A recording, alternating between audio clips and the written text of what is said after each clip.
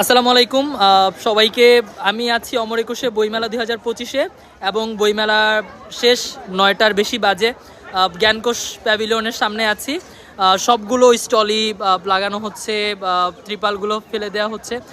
এই যে এই মুহূর্তটা, অর্থাৎ সারাদিন বইমেলা করে বইমেলার প্যাভিলিয়ন গোছানো, স্টল গোছানো এবং শেষে একসাথে বাড়ি ফেরা, এই মুহূর্তটা আসলেই খুব চমৎকার এবং এই মুহূর্তটা খুবই মিস করি। কারণ আমি এর আগের যত বইমেলাগুলো গিয়েছে বেশিরভাগ চেষ্টা করেছি একদম মেলা শেষ করে বাড়ি ফিরতে, বাট এবার আসলে কাজের প্রেশারে, অফিসের প্রেশারে মেলায় আসা হচ্ছে না, বাসায় থাকা হচ্ছে।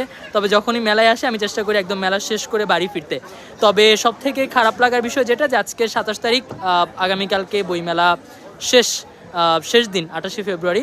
আপনারা যারা এখনও বইমেলায় আসেন নাই, বইমেলায় আসেন, বই কেনেন, লেখকদের সঙ্গে দেখা করেন, পাঠকদের সাথে গল্প করেন, বই নিয়ে আলোচনা করেন, বই নিয়ে স্ট্যাটাস দেন। বই নিয়ে আলোচনা হোক, সমালোচনা হোক, সব কিছু হোক, বই পূর্ণ একটা জীবন হোক। ধন্যবাদ সবাইকে।